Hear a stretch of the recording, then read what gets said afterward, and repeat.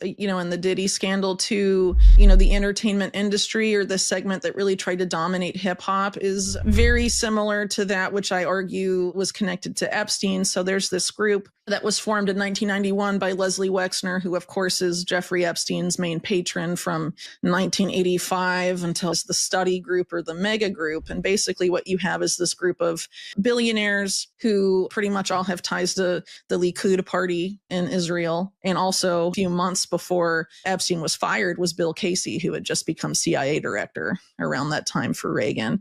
And then this is when Epstein begins hiding and finding money for powerful people and, argue allegedly criminals, people like Adnan Khashoggi, who were intelligence connected arms dealer.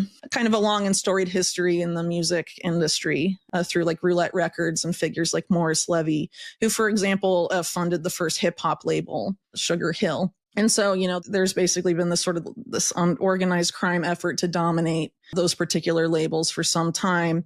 And Davis stands accused of people that were once close to, Combs and later became rivals. Like Suge Knight and also his former bodyguard Gene Deal, of sort of training Diddy in this using drugs and sex to control people. Right. And also allegedly Russell Simmons of Def Jam engaged in that same type of behavior and sort of mentored Diddy in that, because Russell Simmons was obviously important, not just for Diddy, but also for Andre Harrell at Uptown Records. And that's how, Diddy, Sean Combs, first entered the music industry. And Russell Simmons is interesting for a few reasons. One, the early connection in the 1990s, obviously Def Jam was successful by then. He became very involved with this guy who later became a famous Hollywood director named Brett Ratner, who, along with Simmons, has been accused of committing sex crimes. And so now Simmons is like in Indonesia evading charges, and Ratner immigrated to Israel to avoid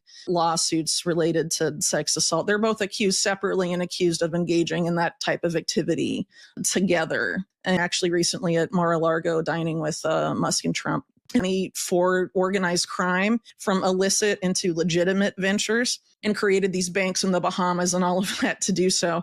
And Ratner their adopted son and adopted father. They're like very, very, very close. They have a lot of weird ties also, the two of them, to, Michael Jackson's final years. And according to Jackson, an attempt to sort of take away his stake in the Beatles music catalog, and a lot of really weird industry stuff there. But basically the ties to organ music industry to culturally engineer hip hop to promote violence for the purpose of benefiting private prison corporations. And some of those allegations have been pooed over the years because of a difficulty in finding a direct connection between the music industry and the private prison companies. But MCA was involved in a covert operation called the Promise, that's remembered today as the Promise software scandal during the Reagan administration, that involved organized crime as well, not just intelligence and CIA and Israeli intelligence. Wasserman's heir of choice and grandson, Casey Wasserman, who is now actually in charge of rebuilding Los Angeles after the fires and their Olympic committee for the 2028 Olympics. Wow. Casey Wasserman. He was also on Epstein's plane quite a bit. That's complicated. And when you add the allegations that this same network, of which, the Promise software scandal, arguably part of the Iran-Contra nexus, Gary Webb argues those same people in the 1990s were facilitating the explosion of the crack cocaine epidemic in urban communities. And then other figures from the same nexus, as I mentioned earlier, were using these weird connections that sort of bubbled up in the 1996 presidential election that were investigated by Congress. That's remembered as Chinagate, but it's really this Iran-Contra crowd gun running again. They were facilitating the passage of all these, smuggling of all these illicit weapons that had been banned in the U.S. From China, mainly assault weapons like AK-47, into these same communities. So you have an effort to, culturally engineer through hip hop. You have gun trafficking and you have drug trafficking, all really targeting the same communities, allegedly. For, Combs in particular was back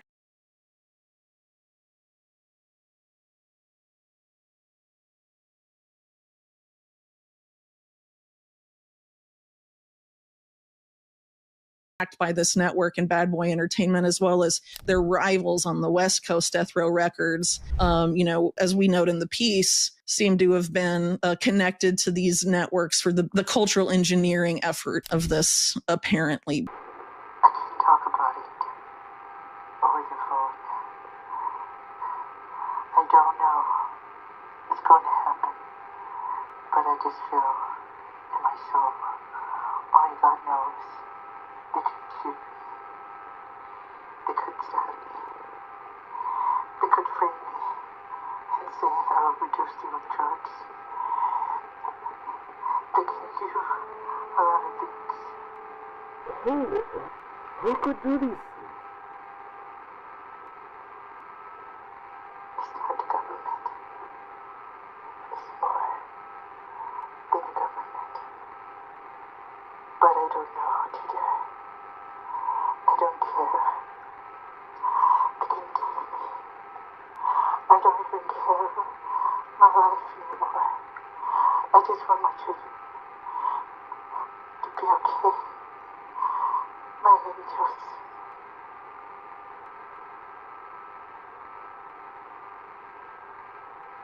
I want them to be safe.